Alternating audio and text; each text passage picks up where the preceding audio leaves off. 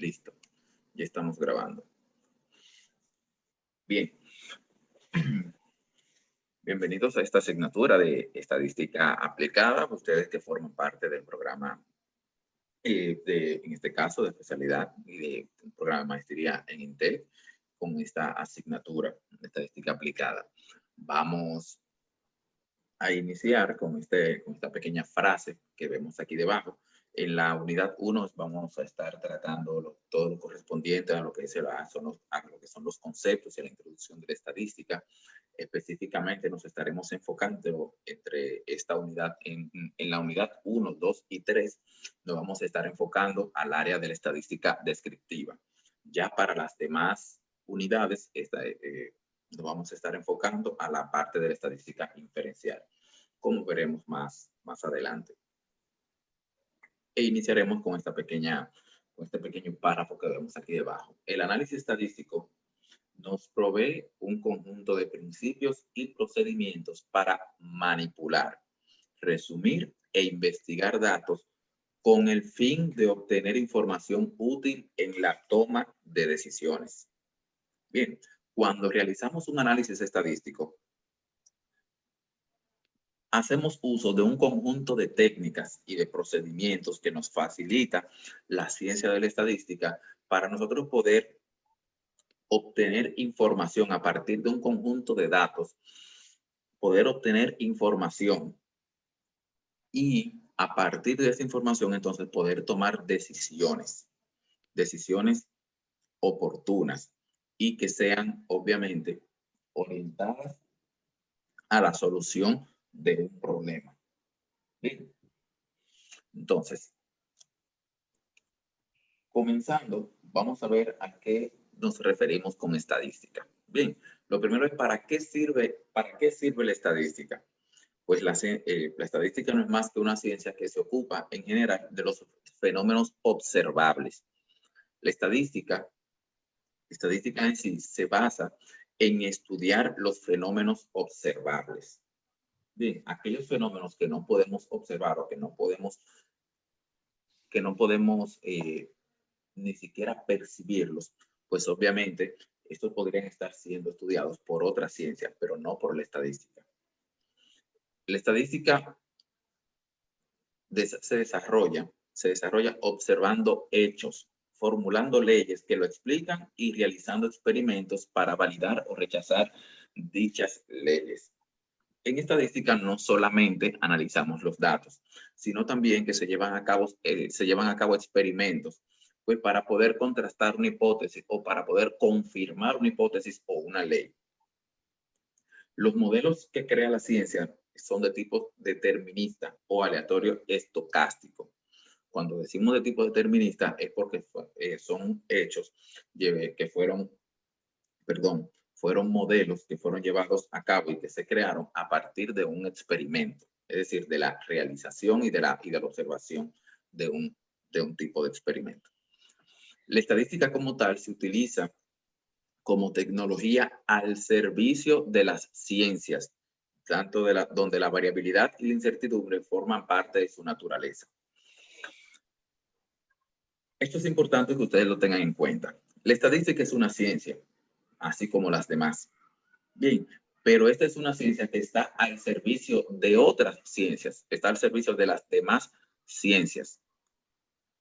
Bien, tanto de las ciencias forenses, de las ciencias, de las ciencias del área de la psicología, del área del área industrial, del área de la administración, del área contable, del área mercadológica, es decir, está al servicio de todas las demás ciencias. Es, digámoslo así, es un eje, la estadística es un eje transversal en todas las demás.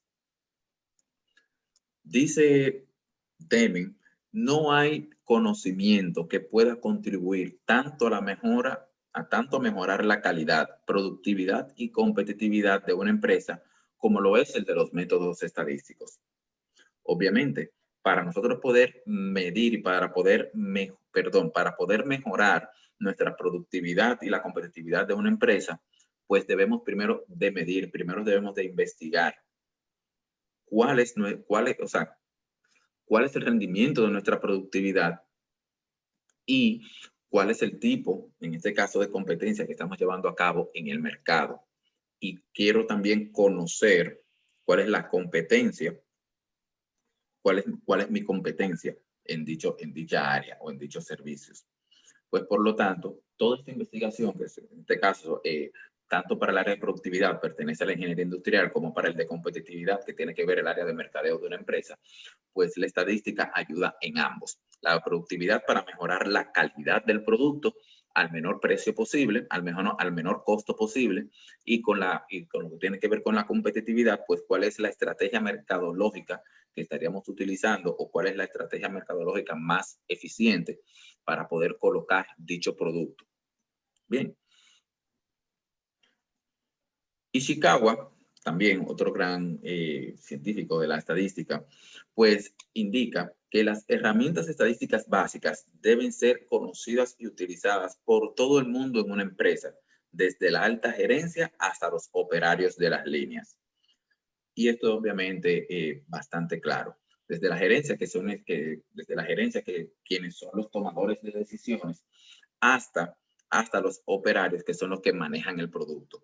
Si los operarios no tienen un concepto de calidad de producción, pues lamentablemente, independientemente de las decisiones que se tomen en la alta gerencia, como no hay esa conectividad o no hay esa relación entre estas dos áreas, o por lo menos dentro de esa línea de estas dos áreas, pues lamentablemente no vale de nada que la gerencia esté tomando buenas decisiones y que desde los operarios entonces estén haciendo lo contrario o no estén haciendo lo debido.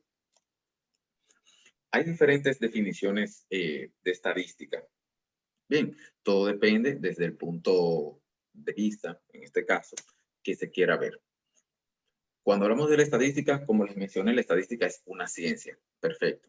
Pero en esta parte es la ciencia de la sistematización, recogida, ordenación y presentación de los datos referentes a un fenómeno que presenta variabilidad o incertidumbre para su estudio metódico, con el objeto de sintetizar la información. Cuando hablamos de sistematización, recogida, ordenación y presentación, nos estamos refiriendo específicamente al área de la estadística descriptiva, que es la que se encarga principalmente de estas 4 áreas cuando estamos en el proceso de análisis de datos a partir del uso de las estadísticas. Bien, y que también nos permite a nosotros medir la variabilidad o incertidumbre que se tiene en un estudio, aplicando todos los métodos. La estadística también es la ciencia que se encarga de deducir las leyes que rigen esos fenómenos. Cuando hablamos de deducir esas leyes que rigen esos fenómenos, y como está en el último bloque, de poder formar previsiones sobre los mismos para tomar decisiones u obtener conclusiones, nos referimos al área de la estadística inferencial, en la que podemos, a partir de comprobar ciertas leyes y de observar ciertos fenómenos, pues podemos deducir, podemos también realizar previsiones, podemos realizar proyecciones y también podemos crear modelos de predicción a partir también de la misma ciencia de la estadística. Como les mencioné, tenemos estas 3 áreas, la descriptiva y la inferencial. En la segunda, que habla sobre deducir leyes que rigen esos fenómenos, que es del área de la probabilidad pertenece al área de la inferencia también, o a la rama de la inferencia. Dentro de la estadística descriptiva, pues, para llevar a cabo es decir, para poder obtener una conclusión, no simplemente basta con obtener los datos, analizarlos y todo. Esto lleva a cabo un preciso procedimiento. Bien. Lleva un procedimiento. El primer procedimiento dentro del método científico y la estadística, pues para poder obtener conclusiones y tomar una decisión, el primer paso es plantear una hipótesis. Este es el primer paso. Plantear una hipótesis. Aquí que el investigador se plantea una pregunta de investigación con la finalidad de probar de si o de darle respuesta a dicha pregunta de investigación. Para poder darle respuesta a esta, pues lo que se hace es que se diseña un experimento. Bien, se diseña un experimento, cuáles son los pasos que se van a seguir en el experimento, cuáles son las variables que se van a tomar en cuenta, a qué cantidad de personas o qué cantidad de elementos van a incluir nuestro experimento. Después de obtener y después de tener ya todo esto previsto de cómo se va a llevar a cabo el experimento, pues entonces se procede al procedimiento de llevar a cabo el experimento recogiendo los datos y organizándolos y presentando los datos. Bien, se recogen los datos, se va a campo, como decimos, se va al campo, se levantan los datos, ya sea por los diferentes métodos de recolección de datos, por encuesta, por observación, por un video, por entrevistas, utilizando los diferentes instrumentos, pues ya sea por video, por una grabadora, por cuestionarios. Bien, pues utilizando estos diferentes métodos e instrumentos para recolectar datos, pues dentro de todo esto, después que se recogen, pues los datos se organizan y se presentan. Ya después de que se presentan los datos, pues el siguiente paso es analizar los datos. Bien, el siguiente paso es analizarlo o buscar en este caso, buscarle sentido a los resultados que estamos presentando. ¿Qué quiere decir? ¿Qué representan los datos que estamos presentando? A eso es que se basa con la parte de analizar. Y al final ya, después de que analizamos los datos, pues entonces estos resultados los contrastamos con investigaciones anteriores o con la teoría en base a la investigación que estamos realizando con nuestro marco teórico para poder obtener conclusiones y al final en base a ellas pues tomar decisiones. Bien, ya aquí, bueno, lo que le estuve comentando ya, pero en más detalle. El primer paso, en este caso, plantear la hipótesis sobre una población. Aquí se presenta el caso hipotético de que, por ejemplo, se quiere probar la hipótesis de que los fumadores tienen más inasistencia laboral que los no fumadores. Pues vienen algunas preguntas de investigación con esta hipótesis, o sea, ¿en qué sentido hay más inasistencia? ¿Cuál es el mayor número de inasistencia?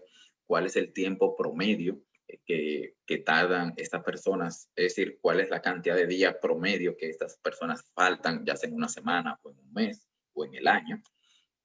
Bien, es decir, que en base a esta hipótesis se generan ciertas preguntas. Bien.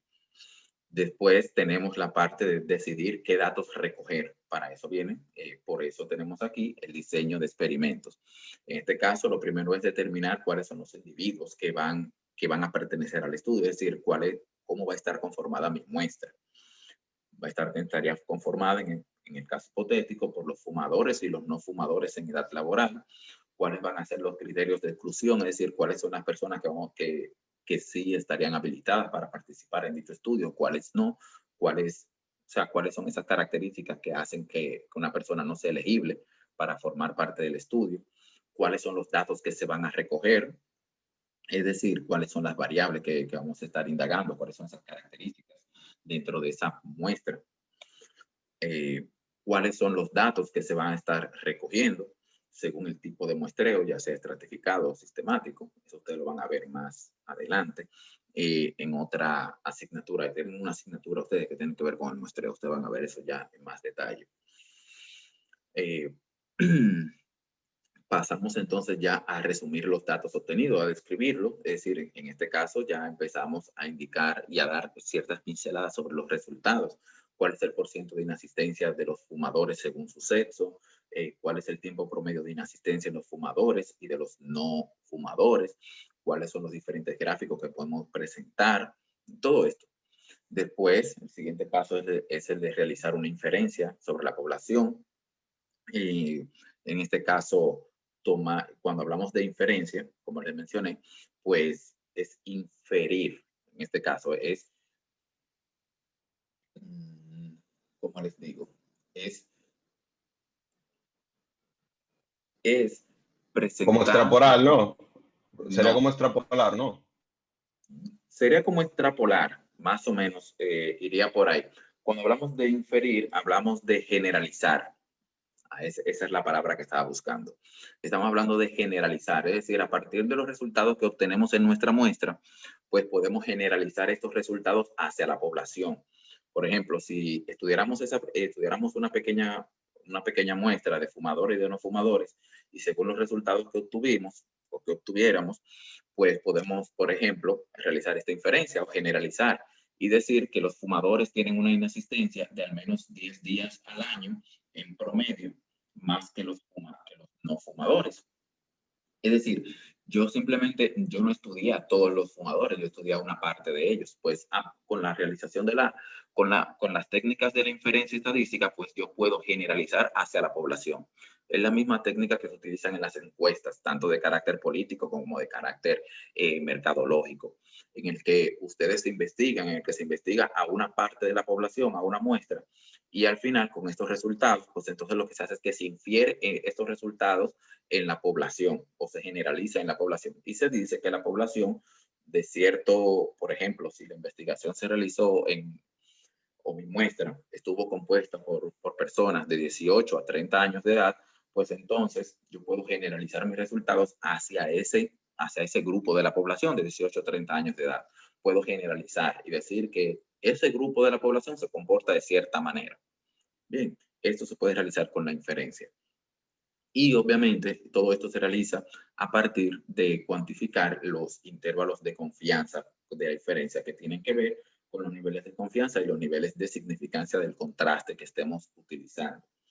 Esta parte de la confianza de la inferencia, ustedes las van a ver ya más adelante en una asignatura más avanzada que ustedes van a estar tratando esta parte específicamente.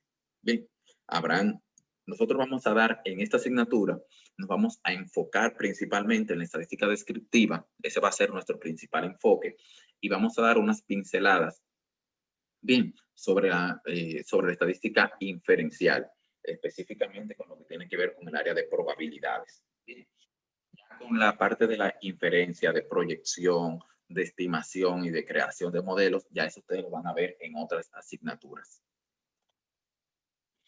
Para esto, entonces, para poder continuar y seguir hablando de estadística descriptiva, pues tenemos que diferenciar y conocer los dos principales conceptos que tenemos en el área de la estadística, que es el concepto de población y el concepto de muestra.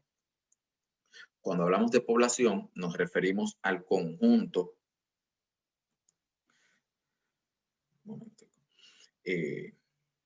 nos referimos al conjunto sobre el que estamos interesados en obtener conclusiones. Ojo con esto, cuando hablamos de población, para estadística, población no necesariamente es un conjunto de personas, animales o cosas que viven en un espacio de tierra determinado, como la clásica definición de población que nos indicaron a nosotros en la primaria. No es que está mal la definición de población, es solo que para estadística no necesariamente una población está constituida por ese conjunto de personas, animales o cosas que viven en un espacio de tierra determinado. Puede que para el tipo de estudio que se esté llevando a cabo sí sea, pero no todos los tipos de estudios utilizan este tipo de población necesariamente. Recuerden, fíjense cómo dice aquí, es el conjunto sobre el que estamos interesados en obtener conclusiones. Bien, si el conjunto sobre el que nosotros estamos interesados en obtener conclusiones es la población de fumadores y es la población de fumadores, pues inclusive la población de fumadores, vamos a decirlo así, la población de fumadores de la Universidad INTEC. Esa es mi población, que tenga 500, 200 o 300 personas que fumen, pero esa es mi población, esa es mi población objetivo, mi población de interés de estudio. Bien, no necesariamente cuando hablo de población me refiero a la población de un país o a la población de una provincia o a la población de un municipio o de un sector. Todo depende del, del, del estudio, o sea, de cuál es la población objetivo en el estudio que se esté llevando a cabo. Bien, Y normalmente la población, es demasiado grande para poder abarcarla en un estudio. Normalmente pasa eso. Ahora, cuando eso ocurre, cuando la población es muy grande para poder abarcarla, obviamente no es que la investigación o el experimento no se puede llevar a cabo. Sí se puede llevar a cabo en una población, no importa qué tan grande sea, solo que el estudio de una población tiene sus ventajas y sus desventajas. Como ventaja tiene de que se obtienen datos puntuales de la población, de que no hay que estar haciendo inferencia, pues porque se estudió la población, no hay que estimar nada. Ya tú tienes el parámetro. Pero, ¿qué ocurre? Esto tiene un alto costo, tanto en tiempo como económico. Estudiar una población, pues, es llegar a todos los elementos de la población, no importa dónde se encuentren. No importa en qué zona geográfica se encuentren, es llegar a todos los elementos de la población. Y esto obviamente pues conlleva tiempo y dinero, que no siempre se tiene disponible al momento de realizar un experimento o una investigación. Pues por eso se hace eficiente y se hace útil el uso de una muestra. Bien, para esto se hace eficiente y se hace importante el uso de una muestra, en donde una muestra no es más que un subconjunto de la población al que tenemos acceso, el que realmente, normalmente, al que realmente se le hacen las observaciones o las mediciones. Una muestra, así como lo dicen, no es más que una parte de la población, pero que la representa. Bien, es un subconjunto de la población, pero que es representativo de la población. Y la muestra, debe estar formado por miembros seleccionados de la población, tanto individuos como unidades experimentales. Algo que le mencioné ahorita, que le mencioné casi ahora, fue la palabra parámetro. Bien, para poder comprender estos conceptos, pues vamos a ver qué significa estadística y estadísticas y ver la diferencia entre parámetro y estadístico. Cuando hablamos de estadística sin la S, nos referimos a la ciencia como tal, a la que definimos anteriormente, la herramienta de análisis que en este caso, que nos provee de una muestra representativa que proviene de una muestra representativa de datos con la finalidad de poder explicar pues la relación que hay en esta y los fenómenos que ocurren en esta. Pero cuando hablamos de estadísticas con S, son las representaciones de los datos por las que la ciencia las representaciones de los datos por esta ciencia para realizar los análisis necesarios o expresarlos. ¿Qué quiero decir con esto? Estadística es la ciencia como tal. Ahora, cuando hablamos de estadísticas con S, nos referimos a los resultados de la aplicación de la ciencia. Es decir, cuando ya sea en una muestra o en una población, aplicamos las diferentes técnicas de la ciencia estadística y los procedimientos de la ciencia estadística, vamos a obtener resultados. Esos resultados que nosotros obtenemos se denominan estadísticas, con S, así en plural. Bien, ahora la diferencia entre parámetro y estadístico, para que no se confundan. Cuando hablamos de parámetro, son los resultados que se obtienen al estudiar una población. Bien, son los resultados que se obtienen a partir del estudio de una población. Por eso cuando hablamos del censo, todos los resultados que se derivan de un censo o del estudio de la población se denominan parámetros, a los cuales no hay que estarlos estimando ni aplicándole inferencia estadística, pues porque ya hemos analizado la población en su conjunto. Bien, ahora cuando hablamos de un estadístico muestral o estadístico, tal cual como se le llama, pues es una medida obtenida a partir del estudio de una muestra. Bien, a partir del estudio de una muestra. Es decir, si a la población de fumadores yo elegí una muestra, los resultados que yo obtenga a partir del estudio de esa muestra de fumadores, pues esos resultados se convierten en estadísticos muestrales o simplemente estadísticos. Bien, los resultados reciben ese nombre, estadísticos o estadísticos muestrales, con los cuales sí se puede realizar inferencia o deducciones o generalizaciones hacia la población. Hasta ahí estamos claros. Sí. Sí. Sí. Sí. Sí.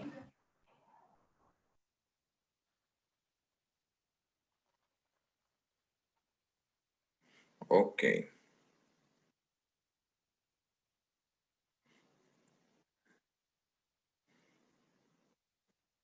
Bien. Vamos a continuar entonces.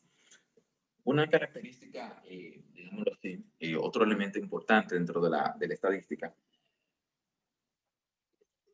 de las variables. Bien, es el estudio de las variables.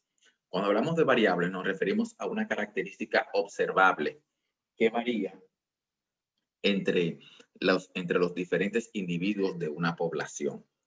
Bien, las variables no son más que las diferentes características, en este caso, que son objeto de estudio, que son de interés para el investigador. Cada individuo o cada elemento formado por una muestra o por una población posee un sinnúmero de características que pueden ser de interés para la investigación. Bien, la información que disponemos de cada individuo, en este caso, está resumida en variables. ¿A qué nos referimos con esto?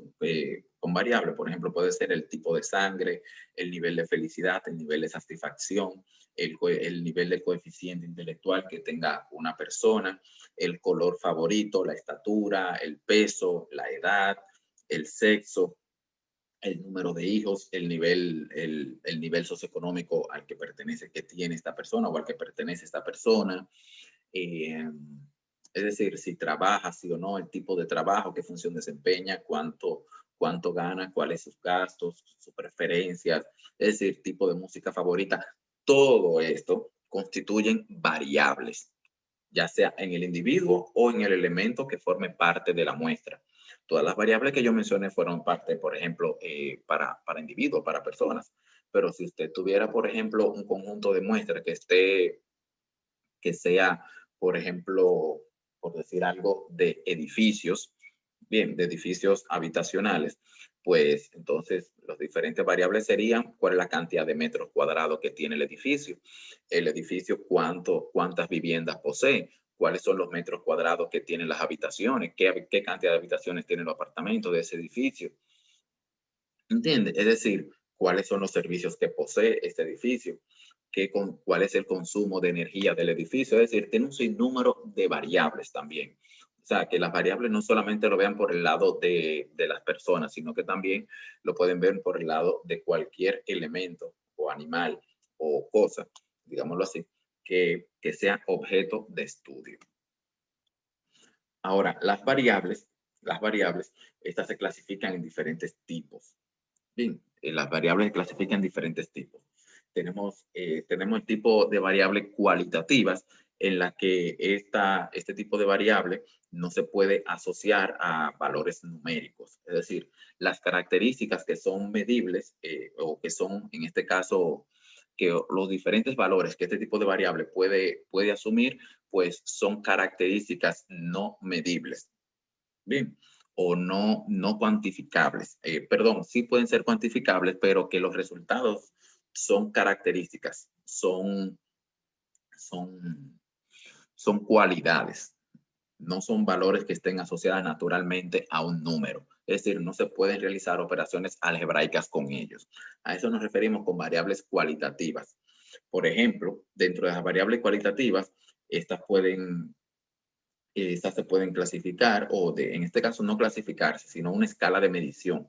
Es decir, estas se pueden agrupar como nominales y ordinales. Cuando hablamos de variables cualitativas que son nominales, es cuando sus valores no necesariamente se pueden ordenar o que no tiene sentido ordenarlos.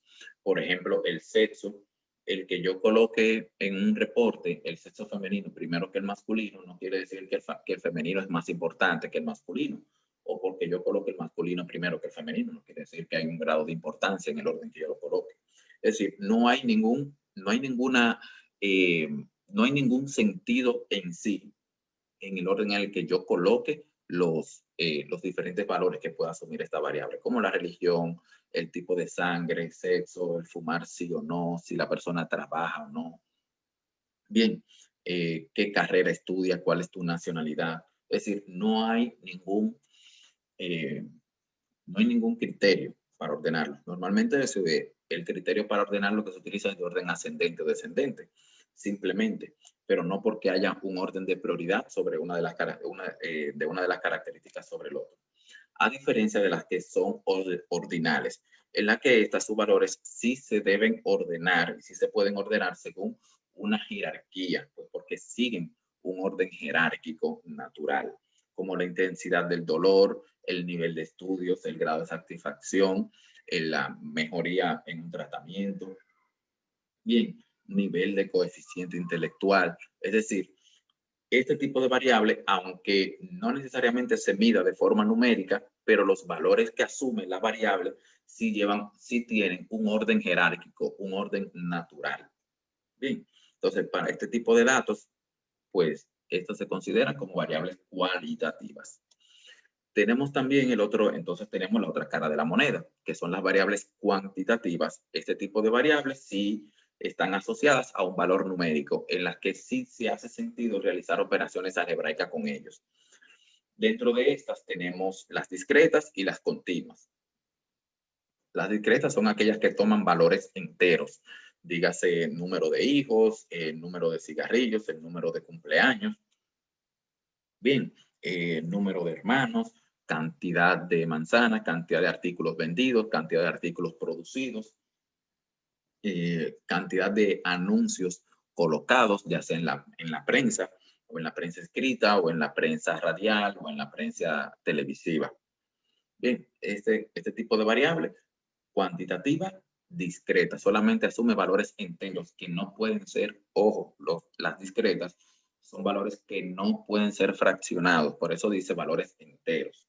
Bien, a diferencia de las que son variables cuantitativas continuas, que estas sí, este tipo de variables, además de asumir valores enteros, pues también tienen la particularidad de que pueden asumir valores decimales. Bien, en este caso, son variables que en los que sus posibles valores son infinitos. Es decir, usted puede tener un rango de valores de una variable cuantitativa continua y dentro de este rango de valores, la variable puede asumir infinita cantidad de valores, pues porque los valores se pueden fraccionar. Bien, como la altura, el peso, la dosis de un medicamento administrado, la edad, el índice académico, el sueldo neto que devenga una persona, los gastos de una persona en un mes, el consumo de energía en cierto periodo de tiempo, la estatura, ya bueno, yo lo dije, sobre la estatura, el peso, la edad. Estas son características de una variable cuantitativa continua. La temperatura también. Las escalas de medición, algo que ya más o menos le estuve comentando parcialmente con los tipos de variables, es de que tenemos 4 escalas de medición de la variable. Tenemos la escala nominal, es la forma más simple de observación en la clasificación de los individuos, como les mencioné. Está presente en las variables cualitativas y es cuando no hay las variables, los diferentes valores que asume la variable, pues se pueden ordenar según como el investigador lo desee, ya que no hay ningún criterio específico para ordenarlas. El de la escala ordinal también aplica para variables cualitativas, así como también para variables cuantitativas, pero en el que este valor numérico no está asociado a una operación o que no se puede realizar operaciones, por ejemplo, como primero, segundo, tercero, cuarto. Es decir, se expresa de forma numérica, como también en palabras, se puede expresar de forma numérica, pero no se pueden realizar operaciones con estas. Y por lo tanto, como dice su nombre, una escala ordinal, pues los diferentes valores que asume la variable, pues siguen un orden jerárquico ya natural o preestablecido. Tenemos la escala de intervalo. Esta escala, además de clasificar y ordenar los individuos, pues también cuantifica la diferencia que hay entre dos clases. Es decir, que puede indicar cuánto significa, es decir, qué tan grande es una categoría con relación a otra. Aquí es interesante este tipo de escala, pues porque aquí la unidad de medida y de origen, pues tiene una naturaleza arbitraria. Es decir, el 0 en este caso es arbitrario. ¿Qué quiero decir con que el 0 es arbitrario? Pues quiere decir que el 0 no indica ausencia de la variable. Bien, a eso es que me refiero, con un cero de naturaleza arbitraria, o esta variable o los tipos de esta variable son de naturaleza arbitraria. Por ejemplo, se coloca el caso acá de la temperatura, y es de que con simplemente yo decir que la temperatura está a 0 grados, ¿quiere decir que no hay temperatura? No. Una temperatura a 0 grados no quiere decir que no hay temperatura, simplemente que está más frío. Significa simplemente eso. Pero el 0 en la escala de temperatura no indica ausencia de temperatura. A eso que nos referimos con una naturaleza arbitraria. Lo mismo ocurre con una escala cronológica. Bien, recuerden, tenemos en este caso algo aquí con la escala cronológica. Recuerden, con los años.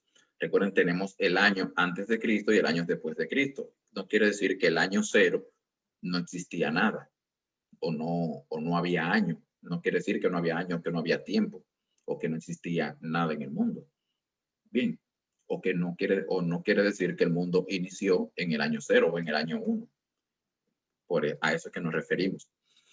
Y tenemos después la escala de razón, que es la escala más alta y es la que normalmente engloba todas las demás, o es la de mayor categoría. Pues en este caso, aquí, esta escala, pues en esta escala sí existe un 0 absoluto. Aquí el 0 sí tiene o sí indica ausencia de la variable. Bien, aquí, por ejemplo, en este caso puede ser el volumen de ventas. Usted dice volumen de ventas igual a 0. ¿Qué quiere decir? Que no hubo ventas. Costo de producción, 0. ¿Qué quiere decir? Que no hay costo de producción. A diferencia de cuando en la escala anterior, en la de intervalo, que decíamos una temperatura igual a 0, no quiere decir que no hay temperatura. Aquí, con una escala de razón, el 0 sí es absoluto. El 0 sí indica ausencia de la variable o ausencia de esta característica. Bien. Tenemos acá también un pequeño esquema donde podemos ver aquí el resumen de las variables, donde ustedes pueden ver cómo las escalas de medición pues están, en este caso, cómo están distribuidas según el tipo de variable que se esté trabajando. Bien.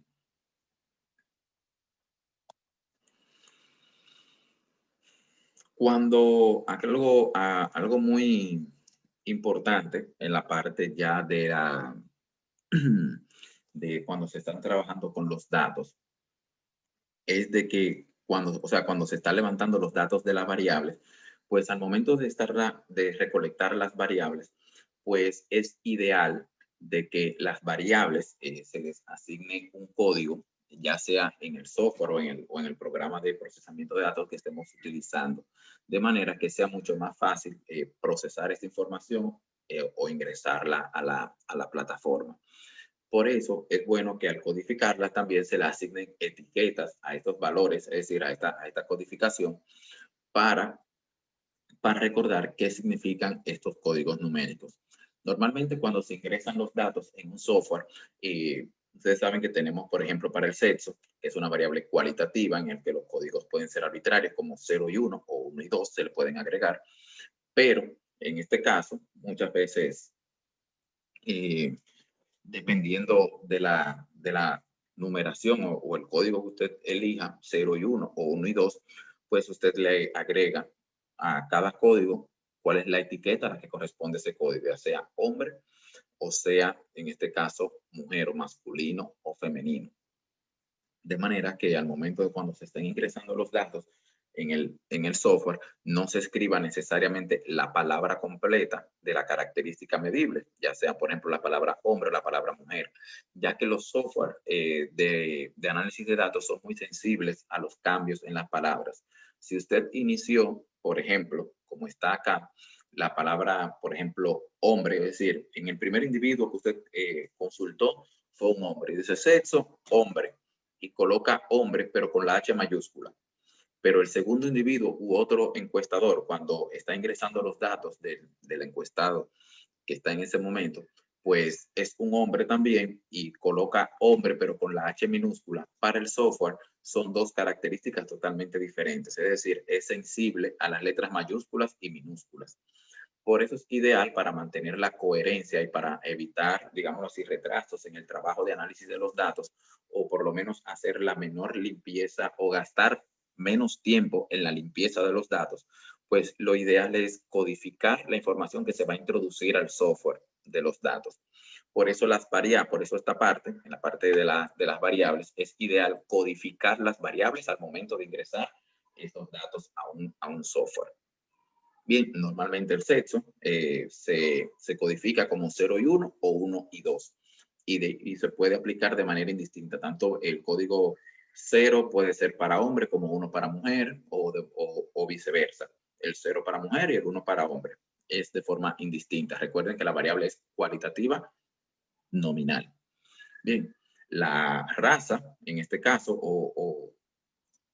a qué etnia pertenece la persona, ya sea raza blanca, raza negra, latina, anglosajona, no importa.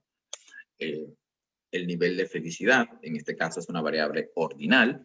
Bien, pues por lo tanto lo ideal es que según la escala de ordenación de la variable, pues asimismo sea la numeración. Si se empieza desde, por ejemplo, desde muy triste hasta muy feliz, bueno, pues se le asigna desde muy triste 1, 2, 3, 4, 5, dependiendo de la cantidad de escalas que tenga, esa variable, pues se llega hasta la última codificación. Bien, o viceversa. Todo va a depender, como les dije, del orden en el que esté la codificación de la variable. Y un caso especial que se utiliza es de que hay dos códigos especiales que se asignan en los software. Uno de ellos es el 0 para la respuesta de no sabe y el 99 para cuando no contesta. Esto es bueno identificarlo porque esta situación nos permite a nosotros determinar cuando tenemos datos perdidos, ya sea por omisión o por equivocación, bien, o por simplemente por no respuesta. Por ejemplo, muchas veces si la persona no responde a una pregunta, obviamente nos deja el conjunto de opciones vacío. Entonces, al momento de que la persona tiene que ingresar los datos, no sabe si fue que el encuestador no le hizo la pregunta o no llenó la respuesta. No se sabe si fue el encuestado que no contestó o no sé. Es decir, la persona que ingresa los datos al software no sabe. Por eso se utiliza cierta codificación especial para cuando ocurren estos casos, ya sea que la persona no quiera contestar o que la persona no sabe o que simplemente la persona no contestó. ¿Bien? Cuando hablamos de la presentación ordenada de los datos, pues aquí entonces entramos a lo que tiene que ver con la parte del arreglo de la presentación de los datos, ya sea en tablas de frecuencias o según el tipo de representación gráfica que aplique utilizar. Estas son las dos maneras más utilizadas para poder presentar los datos, ya sea a través de tablas de frecuencia o de representaciones gráficas. Bien, y son también las más equivalentes, además de ser las más utilizadas. Ambas utilizan ambas presentan la información de forma ordenada y presentan la información que fue recogida en la muestra, la presentan de forma ordenada. Bien, por ejemplo, un caso que tenemos aquí, fíjense, puede ser totalmente equivalente, pues tenemos este conjunto de individuos, tenemos a 4 hombres y tenemos a 6 mujeres. Fíjense como en una tabla de distribución de frecuencia, como vemos a la izquierda, podemos simplemente mostrar esta información como en género, hombre y mujer, y la frecuencia, o sea, la cantidad que hay, tanto de hombres 4 y de mujeres 6, como también lo podemos presentar de forma gráfica, aquí como lo vemos, en un gráfico de barra que vemos aquí al lado. La cantidad de hombres, fíjense en la línea, la barra llega hasta la línea número 4 y la de mujer llega hasta la línea número 6. Bien.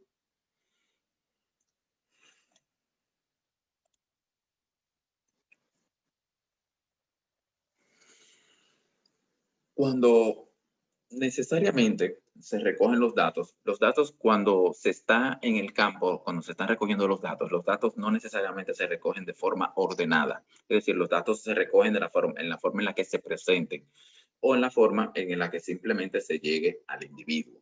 Bien, es decir, cuando se sale a la calle, cuando se sale a campo a realizar un trabajo de investigación, no necesariamente se investigan a todos los hombres primero y después a todas las mujeres o viceversa. No, simplemente se van encuestando según el individuo, pues según se vaya teniendo acceso a ese individuo de la muestra, bien, o a ese elemento de la muestra. Y por lo tanto, el dato se puede presentar de forma desordenada, tal cual como lo vemos aquí. ¿Cuál es el procedimiento de nosotros como investigadores, como que vamos a procesar ya nuestra información? Pues lo podemos ordenar ya, obviamente, lo podemos agrupar por elementos comunes, por ejemplo, agrupar todos los datos de todos los hombres, los datos de todas las mujeres. Lo organizamos en una tabla de distribución de frecuencia, en la cual ya esta nos permite a nosotros calcular, pues inclusive, además de mi frecuencia simple o absoluta, que me indica la cantidad de datos observados de esa característica en la muestra. Fíjense aquí, yo tengo un tamaño muestral de 10. Dentro de esa muestra de 10, pues se puede constatar que se encontraron 4 hombres y 6 mujeres. Esto se puede representar dentro de la misma tabla de distribución de frecuencia, agregando una columna, pues se puede representar también como un porcentaje. Bien, en la que ¿cómo podemos calcular este porcentaje? ¿O cómo se le llama? A este porcentaje en las tablas de distribuciones de frecuencia se le llama frecuencia relativa. Bien, y esta se obtiene a partir de multiplicar por 100 el cociente de dividir mi frecuencia simple o absoluta entre el tamaño total de la muestra. Es decir, 4 entre 10 por 100, esto me da un 40%. Y 6 entre 10 por 100, esto me da un 60%. Esto con la finalidad de, obviamente, de representar ya en una forma porcentual y poder tener una dimensión de la proporción que ocupan estas frecuencias del total de la muestra, esta característica del total de la muestra. Las tablas de frecuencia pues exponen información recogida en la muestra de forma tal que no se pierda nada de la información. Por eso en las tablas de frecuencia, pues es común encontrar estas 3 tipos de frecuencia. La frecuencia absoluta, que la acabo de mencionar, la frecuencia relativa, que también la acabo de mencionar, y un elemento nuevo que se agrega, que es el de las frecuencias acumuladas. Las frecuencias absolutas, pues contabilizan el número de individuos de cada modalidad o de cada categoría o de cada valor que asume la variable estudiada en el experimento. Tenemos las frecuencias relativas que se expresan en porcentajes, que también en este caso lo que hace es que nos identifica el número de individuos, pero lo que hacemos es que se divide este número de individuos por 100 para representar pues, la proporción de esta categoría en el total de la muestra. Y cuando hablamos de frecuencias acumuladas, pues esta hace referencia a que la frecuencia acumulada lo que hace es simplemente que nos suma, es una suma acumulada o sucesiva de mis frecuencias, tanto de la frecuencia absoluta como de la frecuencia relativa. Lo puedo encontrar de ambas formas.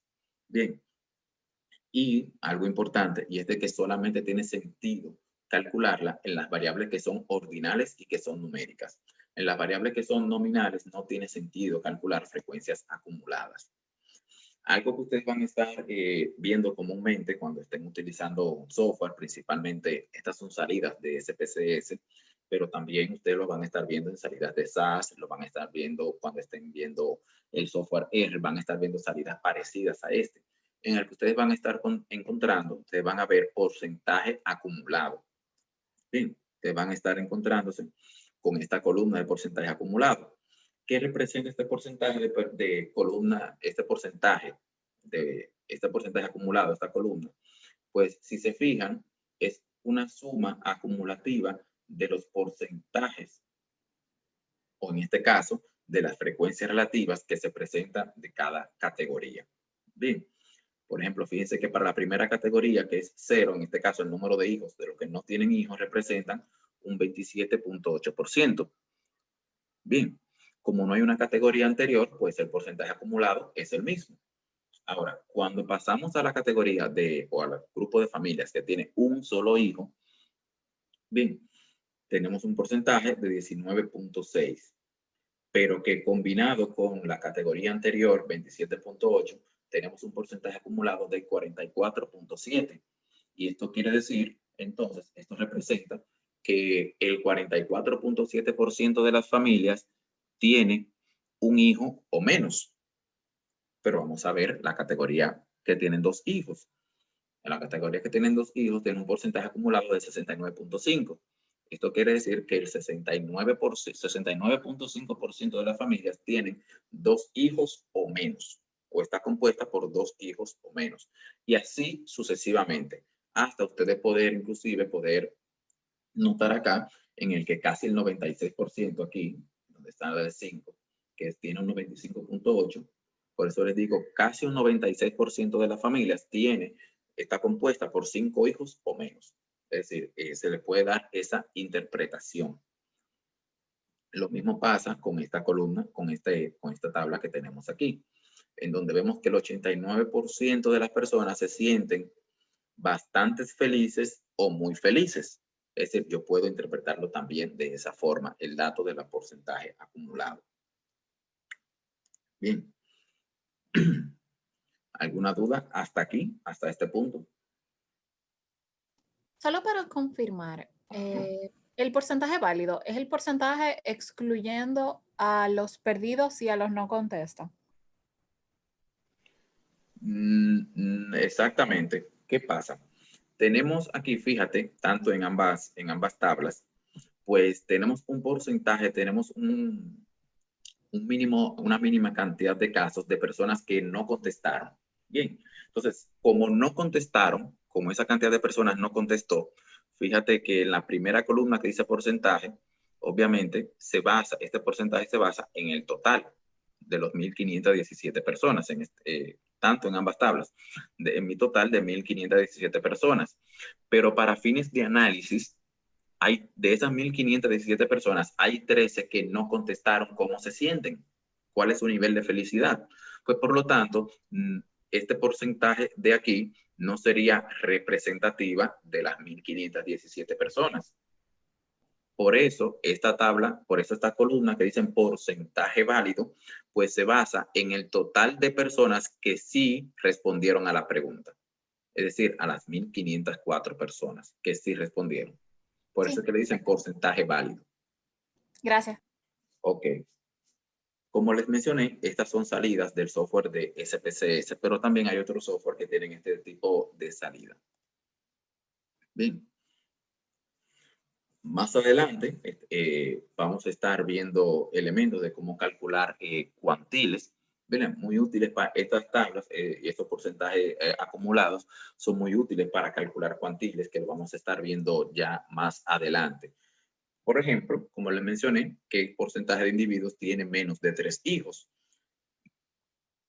Si se fijan, menos de 3 hijos quiere decir de 2 hijos hacia abajo, o 2 hijos o menos. Y esto nos da 69.5, como les indiqué como le indiqué anteriormente. ¿Qué porcentaje tiene de entre 4 y 6 hijos? Bueno, es simplemente sumar estos porcentajes, 8.4, 3.6 y 1.6, que eso nos daría 13.6%. Bien, pero utilizando las frecuencias acumuladas, pues simplemente yo lo que hago es que resto, ¿qué es lo que me dicen? Entre 4 y 6 hijos, pues yo me voy al porcentaje de 6 hijos, que me da 97.3, y le resto el porcentaje acumulado hasta en este caso, hasta 3 hijos. Porque recuerden que me interesa de 4 a 6. No puedo restarle el de 4. Entonces sería 97.3 menos 83.8, exactamente, me estaría dando aproximadamente el mismo valor. Aquí no está dando igual, puede aparecer por un error de decimal en el cálculo, pero es prácticamente el mismo. Un ejemplo acá, bueno, de cómo explicarles, de seguirles explicando esto, ¿Cuántos individuos tienen menos de 2 hijos? ¿Cuántos individuos tienen menos de 2 hijos? Bueno, menos de 2 hijos, como le mencioné, abarcarían la categoría de los que tienen 0 y de los que tienen un hijo. Entonces yo lo que hago es que sumo estas dos frecuencias, que esto me daría a mí 674 individuos. Solamente tienen dos hijos o menos. Bien. ¿Qué porcentaje de individuos tiene 6 hijos o menos? Bueno, lo mismo. Yo tengo que, aquí, esto está mucho más fácil. Recuerden que esta abarcaría las categorías de 0 a 6. Y por lo tanto, también lo mismo pasaría aquí. ¿Qué es lo que yo hago? Sumar todo esto, que me va a dar a mí un porcentaje de 97.3%.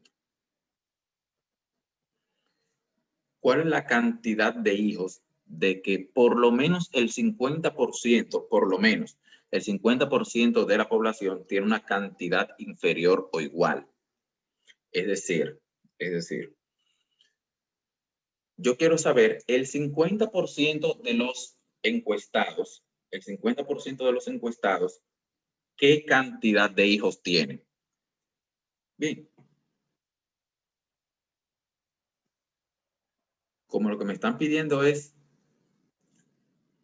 por lo menos el 50%, el 50% se encuentra aquí. Porque fíjense que el 69.5% está abarcado por esta categoría, se encuentra aquí. Pues entonces quiere decir que al menos el 50% de los individuos tiene como mínimo 2 hijos. Bien. Fíjense aquí, este tipo de información que tenemos acá. Suponiendo que se levantaron este conjunto de datos, ¿verdad? Se investigó en una fábrica, la resistencia a la tensión de 80 muestras de aleación de aluminio y litio. Bien, entonces, fíjense aquí, tenemos 80 datos. Bien, este es el dato de la resistencia de 80 fibras de aleación de aluminio y litio. Bien, entonces, ¿cómo podemos nosotros representar el resultado de esas 80 muestras? Podemos nosotros empezar de esta forma, es decir, desde el valor menor que me da que fuese 76 hasta el valor mayor, déjame ver, el valor mayor anda por aquí, veo aquí un 229. Aquí hay un 245, es decir, yo puedo empezar a listar los datos tal cual como estuvimos viendo anteriormente en nuestra distribución de frecuencias y vemos que prácticamente ningún dato de los 80 se repite. Es decir, cada uno tiene frecuencia de 1. Y si le voy a calcular su porcentaje, pues obviamente cada uno tendría el mismo porcentaje, va a ser total. Usted divide 1 entre 80 y lo multiplica por 100, le va a dar 1.25%. Bien. Entonces, no tiene sentido presentar este tipo de datos, o sea, presentar esta información en este formato. No es ideal, no es factible. Pues para eso, ¿verdad? Lo que se hace es que se utiliza la tecnología que tenemos disponible, ya sea Excel, ya sea SPSS, ya sea SAS, ya sea Stata o cualquier otro software de análisis que podemos utilizar para nosotros poder organizar y presentar esa información. Bien. Antes de pasar a eso, o sea, antes de pasar a nosotros utilizar algún software para presentar cómo organizar estos datos en tabla de distribución de frecuencia, es bueno que conozcamos algunas características de la tabla de distribución de frecuencia para después poderlas realizar y realizarlas de la forma correcta. Bien. ¿Cuáles son los principios que existen para poder construir una tabla de distribución de frecuencia o una TDF? Lo primero es que debemos de definir el número de clases o número de intervalos que debemos de crear para construir nuestro nuestra tabla de frecuencia, cuál es el ancho o el intervalo que va a tener nuestra clase. Y para eso hay una consideración muy importante, y es de que el número de clases que se recomienda no puede ser menor de 5 ni mayor a 20 al momento de utilizar una tabla de distribución de frecuencias. Bien, no puede ser menor de 5 ni mayor de 20. Bien. Hay que utilizar más clases cuando se tienen más datos disponibles. Es decir, a medida que se tienen más datos disponibles, pues el número de clases puede ir aumentando. Pero si no hay suficiente cantidad de datos disponibles, pues lo más probable, en este caso, inclusive para una muestra de 25 a 30 como mínimo, pues lo ideal es utilizar una cantidad de clases, o sea, utilizar 5 clases o 5 categorías como mínimo. Bien. ¿Cómo yo sé, dependiendo de la cantidad de datos, cómo yo sé qué cantidad de clases yo puedo utilizar? Bueno, para eso tenemos acá dos métodos para calcular, tenemos este método para calcular el número de clases. Este método, el de la fórmula que vemos aquí, se llama el método de Sturges. Sturges, que lo pueden investigar. El método de Sturges plantea que para determinar el número aproximado de clases o la cantidad de clases o categorías que debe tener una muestra cuando la variable es cuantitativa, pues se basa en esta expresión 1 más 3.322 por el logaritmo de n, donde n representa la cantidad la cantidad de datos o tamaño de la muestra. Y la amplitud de los intervalos va a estar determinada por el rango entre el número de clases. ¿A qué llamamos rango? A la diferencia entre el dato mayor y el dato menor del conjunto de datos. Ojo con esto solamente aplica para variables cuantitativas. Las variables cualitativas no, obviamente por su misma característica, no necesariamente hay un límite de un mínimo o un máximo para su representación. Todo va a depender de los valores que asume la variable. Para los ejemplos, en este caso, hay un ejemplo del peso de 25 alumnos. De 25 alumnos, no, pero esto está mal porque es de 80. Esto es para el caso de los, la presentación dice 25, bien, pero en ese 25 es un 80 que va ahí, para que lo tengan claro. En el caso de la tensión, de las fibras, del grupo de fibras de tensión, de aleación de aluminio litio, fíjense, como tenemos 80 valores, ¿cierto? Tenemos 80 valores. Pues entonces, ¿cuál sería la cantidad ideal de clases o categorías que debemos de crear para ese conjunto de datos? Bueno, según Sturges, aplicando la fórmula, el logaritmo, primero calculamos el logaritmo de 80, lo multiplicamos por 3.322 y después le sumamos 1, eso nos va a dar 7.3. Como la cantidad de clases como la cantidad de clases no la podemos fraccionar, o sea, yo no puedo tener que 7 clases y media, o sea, yo no puedo dejar una categoría por mitad, tiene que estar completa. Pues por lo tanto, lo que se hace es que se redondea hacia la unidad siguiente. En este caso, pues se requiere aproximadamente 8 intervalos u 8 categorías para poder construir este intervalo de clase. ¿Y cuál sería la amplitud del intervalo? Bueno, pues entonces lo que se hace es que se determina el valor mayor menos el valor menor y se divide entre nuestra cantidad de intervalos que resultó de la fórmula.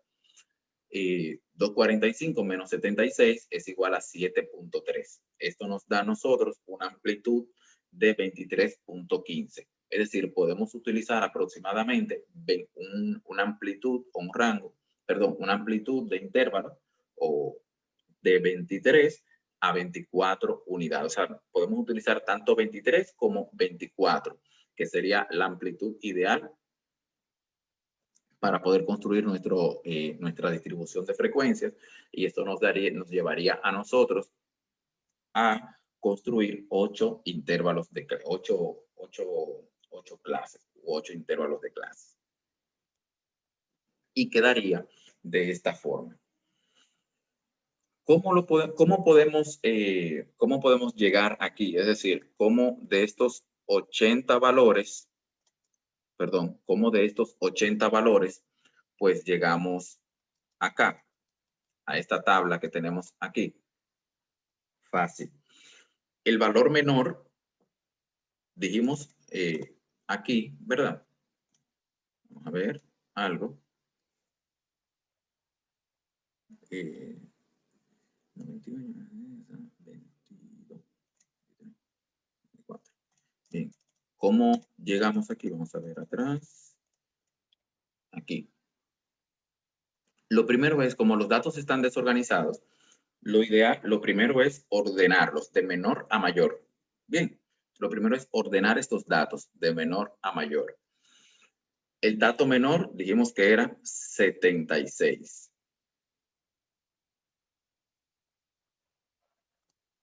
Dijimos que era el dato menor 76 y el mayor 45. Bien, y el dato mayor 45. Pues nosotros lo que debemos de hacer es, como mi intervalo, vamos a poner aquí K, dijimos que es igual a 8, bien, y nuestra amplitud de clase o amplitud de intervalo, dijimos que era igual, podríamos utilizar 23 o 24, el que ustedes deseen utilizar. Bien. ¿Cómo vamos armando nuestra tabla? Déjame ver algo.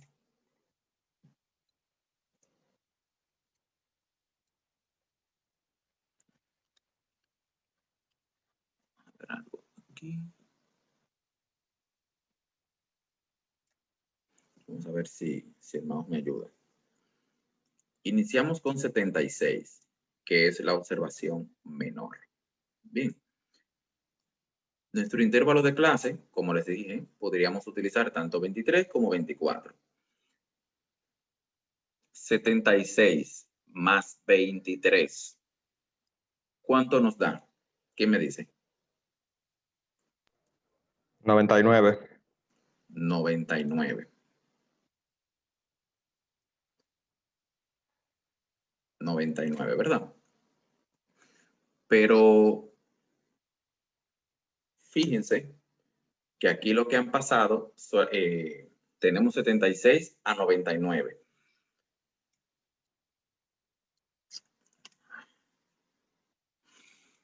Si contáramos con los dedos, vamos a ver, contando usted utilizando los dedos, le van a faltar 3, busquen 3 dedos por ahí prestados. Si contáramos con los dedos, empezando desde 76, tenemos que contar 23 con los dedos, ¿cierto? Pero vamos a ver, vamos a hacerlo rápido. Tenemos 20 dedos, 76 más 20, eso nos va a dar a nosotros 96, ¿verdad? ¿Cuánto nos faltaría? 96, 97, 98, 99. No era. A ver, 76, 77. Ok, empezando a contar desde el mismo 76. Esa era. Empezando a contar con los dedos desde el mismo 76, 76, 77, 78. Al final, cuando terminemos con los 23 dedos, no nos va a quedar en 99. Nos va a quedar en ¿cuánto? 98. En 98. En 98, exactamente. Es decir, este sería el intervalo real de 76 a 98. Es decir, yo estaría abarcando desde exactamente el valor 76 hasta exactamente el valor 98. Y ahí sí yo tengo un intervalo real de 23. ¿Me doy a entender? Ahí ya. Sí. Sí. Ok, exactamente. ¿Qué pasa si lo hiciéramos con el otro procedimiento que estábamos haciendo? Pues tendríamos que utilizar entonces en ese caso intervalos mixtos. No sé si conocen el concepto. Cuando hablamos de intervalos mixtos es cuando tenemos un extremo cerrado y un extremo abierto. Es decir, en este caso nuestro límite inferior sería cerrado. Es decir, que los valores que encontremos o las frecuencias que contemos sí incluyen esa categoría, pero no incluyen a la categoría del límite superior. Es decir, estaríamos contando desde 76 a menos de 99. Pero ¿qué pasa? Los valores que tenemos aquí, si se fijan, son discretos. Es decir, no hay valores, este tipo de variable es discreta, no es continua por los valores que estamos observando aquí, o por lo menos el tratamiento que se le dio para este caso. Bien. Pues por lo tanto, entonces, utilizamos este procedimiento en el que sí estamos utilizando los intervalos reales, es decir, un intervalo cerrado. Entonces, de 76 a 98, ¿cuántas observaciones hay de mi muestra de 80? Bien, de 76 a 98 y empezamos a buscar. Tenemos una aquí, vamos a ver, hasta 98. 2. Solamente hay 2, por lo que puedo ver. Bueno, contando el 76 serían 3, perdón. 1, 2 y 3. Contando el 76. Fíjense, como los datos no están ordenados, se hace mucho más difícil. Esto es haciendo el trabajo de forma manual. Esto es, tendríamos una frecuencia de 3. Pero ¿qué pasa? Un software ya realiza esto de forma automática. Bien. Entonces,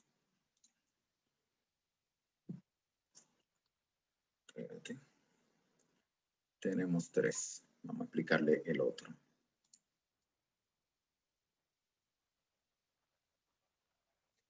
Tenemos 3. Bien. Ahora, la segunda categoría, ¿cómo la haríamos? Bien, como llegamos a 98, este intervalo es cerrado, pues ¿con qué categoría empezamos aquí? Con 99.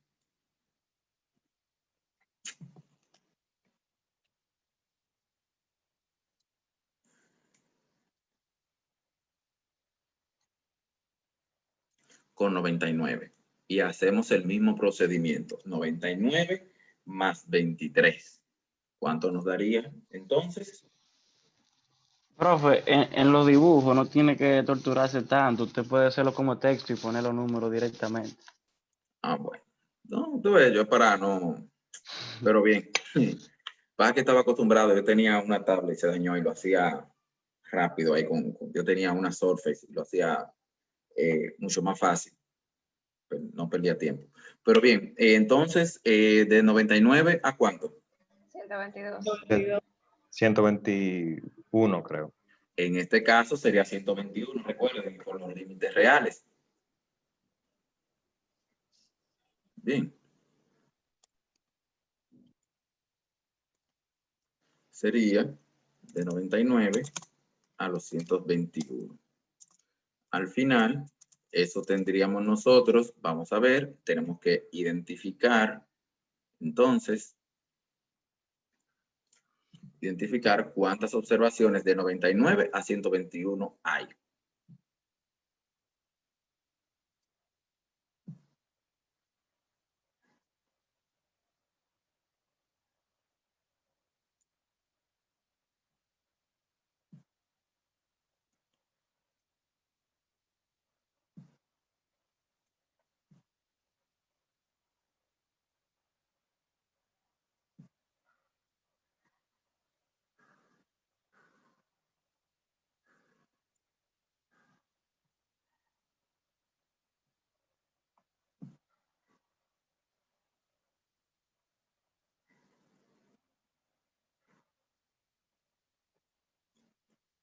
Entonces, hay 7 aproximadamente. Bien, pues entonces tendría 7. Bien, y así sucesivamente. Iniciaríamos con 122. Bien, hasta más los 23 sería 140. 54. 154. Perdón. Sí. No, perdón, sería 144. 144. Exactamente. Y seguimos el mismo proceso así sucesivamente. Bien. Pero eso es, como les mencioné, de forma manual. Ya los software actualmente, exactamente, ya los software actualmente te hacen todo este proceso de forma automática, te crean ya principalmente Excel, te crea, tú simplemente tienes que indicarle a Excel cuál es el intervalo. A Excel tú solamente tienes que indicarle esto. Tú solamente tienes que indicarle esto, cuál es la amplitud del intervalo. Bien, y automáticamente con los datos, él te crea los intervalos y te crea inmediatamente aquí, te coloca las frecuencias absolutas. Bien, eso lo hace ya el software de Excel. Bien, para ir avanzando en esta parte, vamos a llegar ya hasta unos minuticos ya, porque ustedes saben que esto cansa, no solamente a ustedes, sino también al maestro, porque ya llega un momento en el que no se genera, aunque la clase sea de 3, 4, 5 horas, los videos es recomendable no durar más de 2 horas sentado frente al computador trabajando. Bien, algo muy importante que ustedes deben de tener en cuenta son las partes de una tabla o cuadro estadístico. Bien, dentro de estas tenemos lo que es el código, aunque aquí en esta imagen, que fue una de las que mejor encontré, pues dice código y título, sería la numeración de la tabla. En este caso, toda tabla debe estar enumerada, de forma que que tú puedas hacer referencia a ella desde cualquier parte del texto. Bien, además de esto, después de la numeración, la tabla debe estar seguida del título de la tabla. Bien, además del título de la tabla, pues una tabla debe estar compuesta por el encabezamiento o por el encabezado, también por la columna matriz, por el cuerpo de la tabla y por las notas al pie. Vamos a ver ahora qué quiere decir cada una de estas.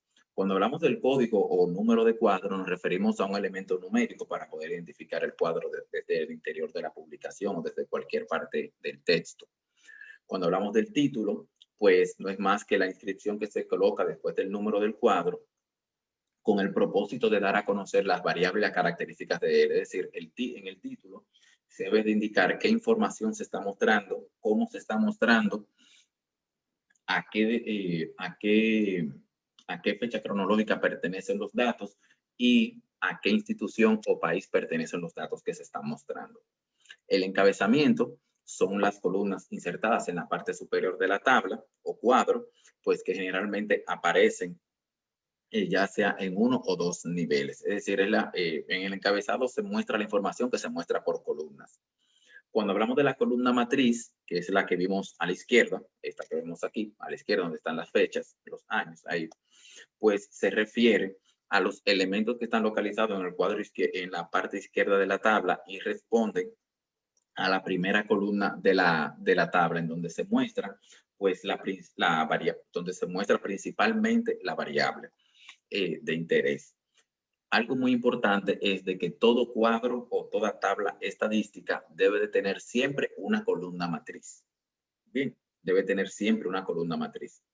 El cuerpo de la tabla, que es la parte donde se colocan todos los datos numéricos correspondientes a los conceptos presentados tanto en el encabezado como en la columna matriz.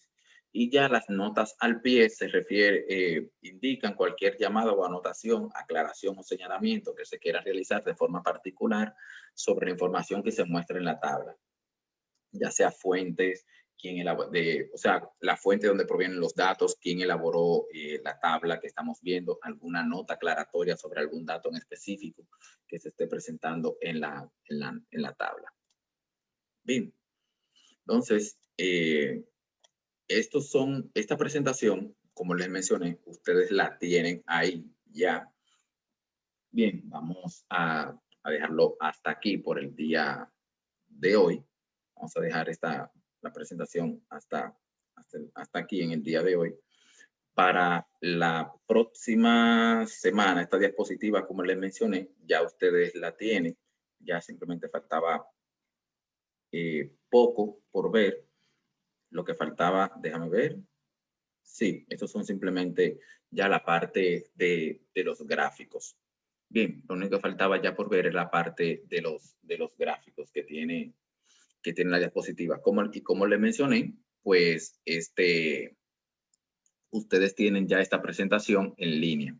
Además, como en la misma diapositiva, no se presenta de forma ampliada la explicación de los gráficos, pues por eso les suministré en la plataforma un documento en el que detalla los diferentes tipos de gráficos y de cómo y de cuándo utilizarlos según el tipo de variable. Bien, en la próxima semana vamos a estar, yo les voy a estar subiendo en esta semana este mismo video, que inmediatamente se grabe, lo voy a estar subiendo para cualquier consulta posterior que ustedes tengan. Y también ya para la próxima semana vamos a estar trabajando con vamos a estar utilizando las tablas de distribución de frecuencia y vamos a estar trabajando con los gráficos y vamos a inmediatamente a ingresar también con las partes de las medidas de tendencia central.